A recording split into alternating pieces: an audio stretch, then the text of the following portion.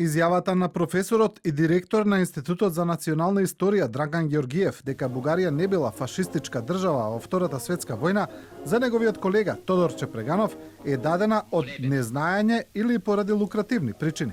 Однесувањето на Бугарија апсолутно било фашистичко, вели Чепреганов. Самиот факт што бугарите го донесува законот за заштита на нацијата, кој што е сличен или потеркот на нирбенските закони, кои се однесуваат на ставање на надвор од закон на евреите и кој што закон однесе во смрт милиони евреи. А во Македонија, македонските евреи, тракиските и евреите од Јужна Србија. Сите оние кои што беа окупирани од фашистичка Бугарија. Академикот Ѓоргиев настојува да го амнестира политичкиот врв на Бугарија дека тој не бил фашизиран.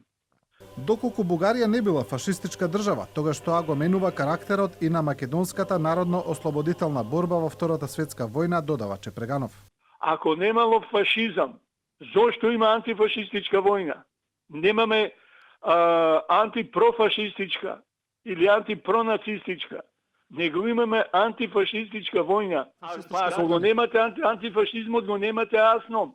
Ние имаме антифашистичко собрание на народното ослободување на Македонија. Немаме антипрофашистичко собрание. Професорот Никола Дујовски во студио 10 за преговорите со Бугарија смета дека историјата е таа што не кочи и поради тоа таа треба да се стави на последно место. Овој формат на разговори во поголем број на комисии, а не само во историската комисија, значи дека се прави обид од двете страни да се некои прашања кои можеби и не се пресудни за 21. век да се остават настрана. А премиерот Димитар Ковачевски денеска вели дека разговорите со Бугарија на ниво на Министерства за надворешни работи очекува да бидат во духот на европските вредности, со почитување на двете држави и на достоинството на нивните граѓани.